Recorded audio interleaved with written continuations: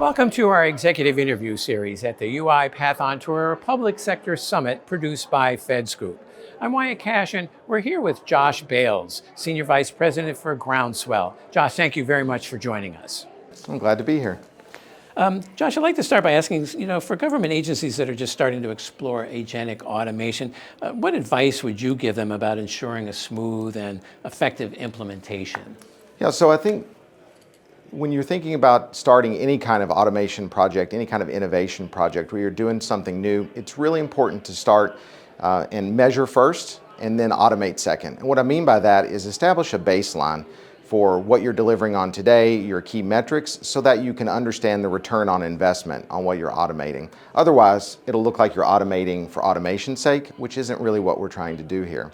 I think the second is to define success, not in terms necessarily of how you automate, but in what mission outcomes you've achieved. So make sure it's clear that whatever you're automating and whatever you're doing with agentic AI, that you're able to demonstrate how it affects the mission outcome. Maybe it's risk mitigation, maybe it's improved call center response times, but how does that affect your overall mission? And then I think the third thing, and we see this a lot when we're doing any kind of agentic work in an agency, is really make sure you're automating purposefully. I think Peter Drucker has a quote that goes along the lines of, there's nothing so useless as making something efficient that you shouldn't be doing at all. And so part of agentic automation allows you to take a look at your business processes and determine, are these even the processes we should be doing? And to do some business process re-engineering. I think the great thing about UiPath is it can also help you map out your business processes as part of that process, and then determine, should we continue with this automation, because maybe we don't need to do those processes in the first place. But ultimately, if you're doing those three things, you're setting a baseline, you're defining success in terms of how it affects your mission, and you're ultimately taking a look at your business processes, you've got a good chance of making a real impact on what you're doing. Those are some great points, thank you. And then, with agentic automation's ability to handle more complex and end-to-end tasks, what new possibilities does that unlock for federal agencies that maybe weren't previously attainable? Yeah, I think there are some amazing possibilities. We could spend a half hour going through so many of them, but a couple that come to mind that I think are really pressing right now. One is what I would call agentic auditor. So thinking about how agents can go out and help solve audit processes. This is, of course, really important in the Department of Defense today.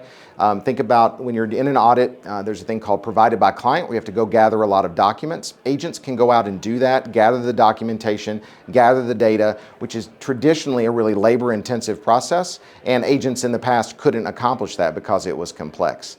Similarly, if you think about logistics and supply chain, so many areas of supply chain are ripe for having agents do work. For instance, predictive supply chain ordering, going out and measuring inventory in places, and generally driving better process automation across logistics. In the past, that's been a place where people were hesitant to deploy AI, but it's advanced to a point where that could be helpful. And then really the third is revolutionizing call centers. If you think about government agencies operate lots of call centers.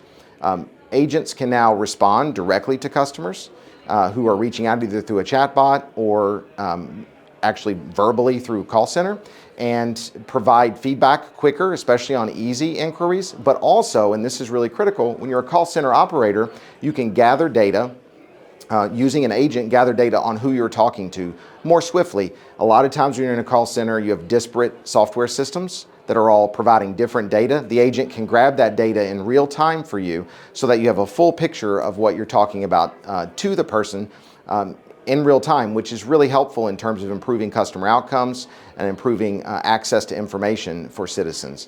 The reality is agentic AI and what UiPath is doing with it has so many applications that there really aren't a lot of spots that you can't use it. So we absolutely encourage agencies to think really critically about where are their processes, even if they seem a little complex, to stretch those use cases.